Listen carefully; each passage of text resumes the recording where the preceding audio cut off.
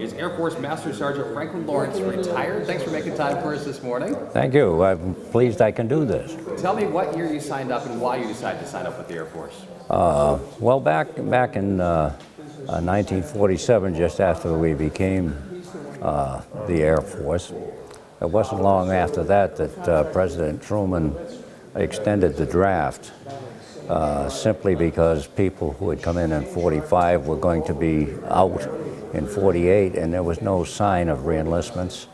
So we signed it up, and I figured at that time my opportunity of going to university with the course I would have been taking would have been not giving me any chance of avoiding the draft. Well, I didn't want to go in the Army simply because I'd been in the Guard for 2 years as a machine gunner in a rifle company, and I didn't think there was much future in that. Okay.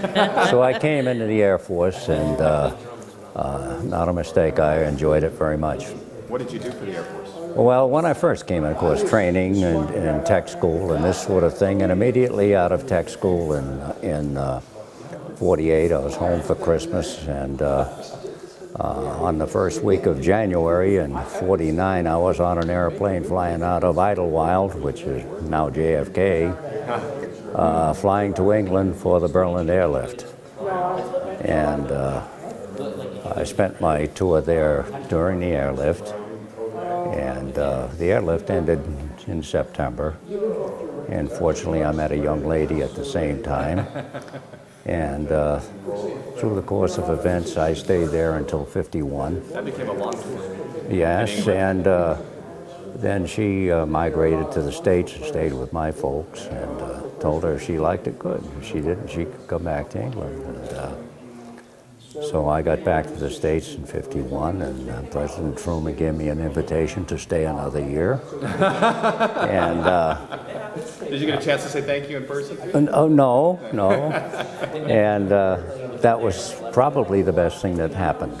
Really? I had no intention of making a military career, and I certainly have. I did 21 years, and I'm really proud of it. Now you're here at the Armed Forces Retirement Home, and you actually do some work here too. Tell me exactly what you do on the campus here. Well, I'm a volunteer with the Public Affairs Office. And so you deal with people like us. I deal, yes, and I deal with prospective residents on a regular basis, day to day, and basically it's a sales job, and it's the best job of sales I've ever had, and I really deep into it, love it, and I don't get paid for it. What's your favorite part of the tour that you give? What's the part that makes you really excited to show around? In my military service? No, Here. Here. The tour here. Well, I do so much. To see the fellows that come in here on a weekly basis to be residents that I've worked with and had the opportunity to have them out here and show them what we have is very gratifying. And I just have to be sure when I'm doing all this that I give Gulfport, our other campus, equal time. We're talking to Franklin Lawrence, retired from the Air Force as a Master Sergeant. Here on Veterans Day, what would you like to say to your fellow veterans and those who continue to serve today?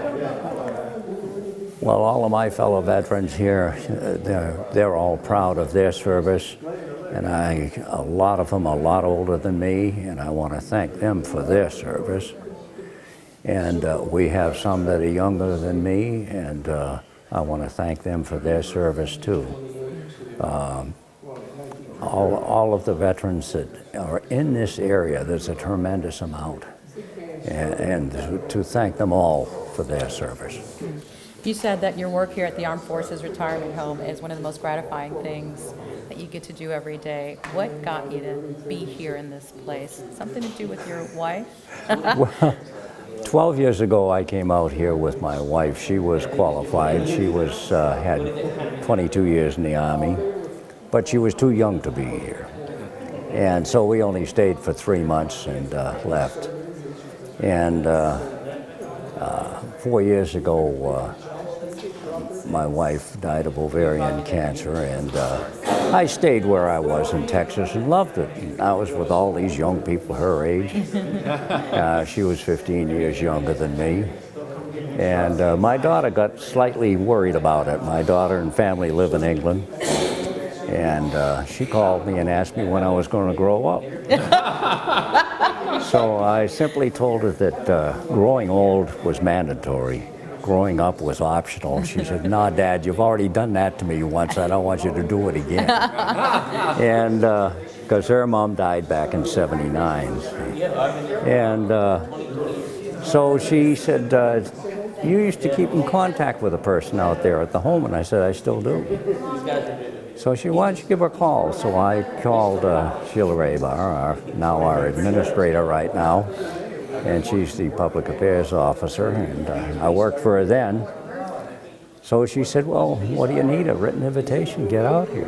So I put the paperwork in, and I've been here a year and a half now, and I love it. Absolutely love it.